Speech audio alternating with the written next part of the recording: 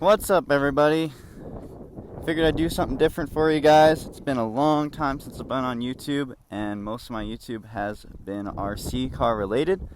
But today I thought I'd do something different and show you a review of what it's like to daily a yz250 two-stroke.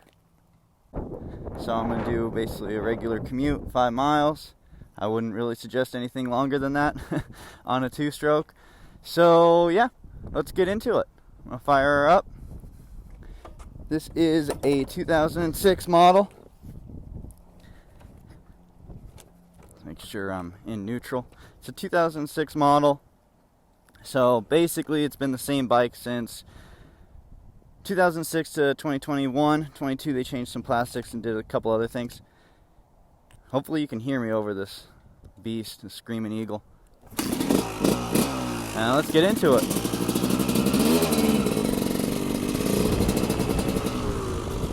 So, as I said, hopefully you can hear me.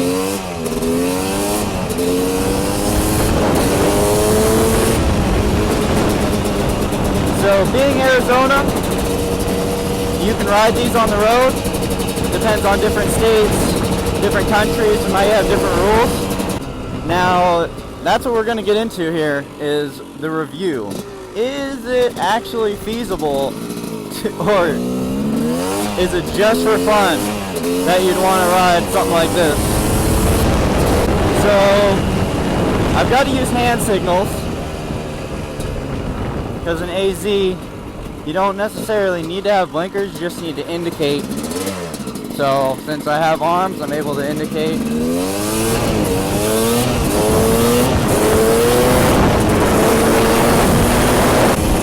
It's a beautiful Sunday.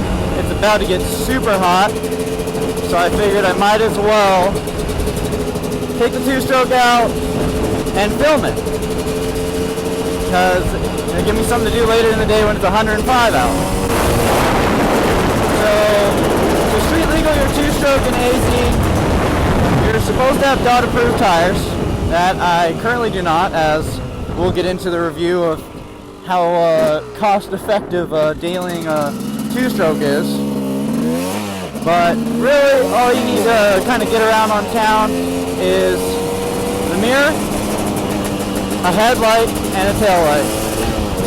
That's all I've done, and gets me around. Gotta show love. People bringing out their classics. It's a beautiful Sunday. That's what AZ's about. So let me know what you guys kind of want to see videos on. I figured haven't done a video in so long. I gotta try something different, but if you guys are still into RCs, I still got those, so I can film that if needed. But the one thing too about dailying a two-stroke, it's pretty obnoxious. So if you leave at 6 in the morning to get to your job, yeah, it's gonna piss off the neighbors, to say the least. I think it's super fun, and who knows, maybe got cool neighbors, but I think even biker neighbors would get a little tired of hearing every morning, and the two-strokes take a while to warm up too, I find.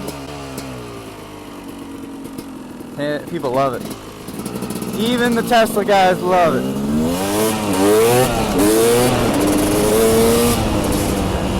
The power band's insane on this thing. The front end just wants to pick right up, so that's something to be careful about. 4 strokes.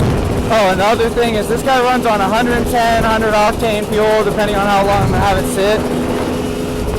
So it's about $30 something to fill a freaking 3-gallon tank.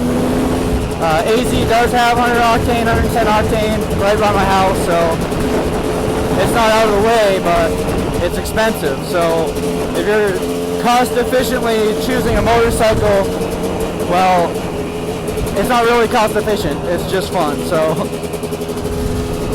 it's not good on gas either. This thing sucks fuel. For a motorcycle, probably 20 mpg, maybe, so it's about the same as a car. Well, now cars are pretty efficient, but I got a big diesel truck, so they are easy to rebuild. I've rebuilt this entire motor, probably do it in a weekend once you get good. First time, give it about a month, just to make sure you got all the parts and you're doing it the right way. The last thing you want to do is put the wrong bushing in the wrong spot. Or for my mistake, I get the open box, which is $100 less, and find out it's missing a piston or a bunch of parts. So I always recommend just, unless you got time, just pay for the one that's not open, even though it's a discount. In the dirt. In the dirt, it seems happy. Just on the road, it's like, it's like annoying. That's where the 4-stroke really makes more sense than this. But as far as fun, yeah, you can't beat a 2-stroke. They're so fun.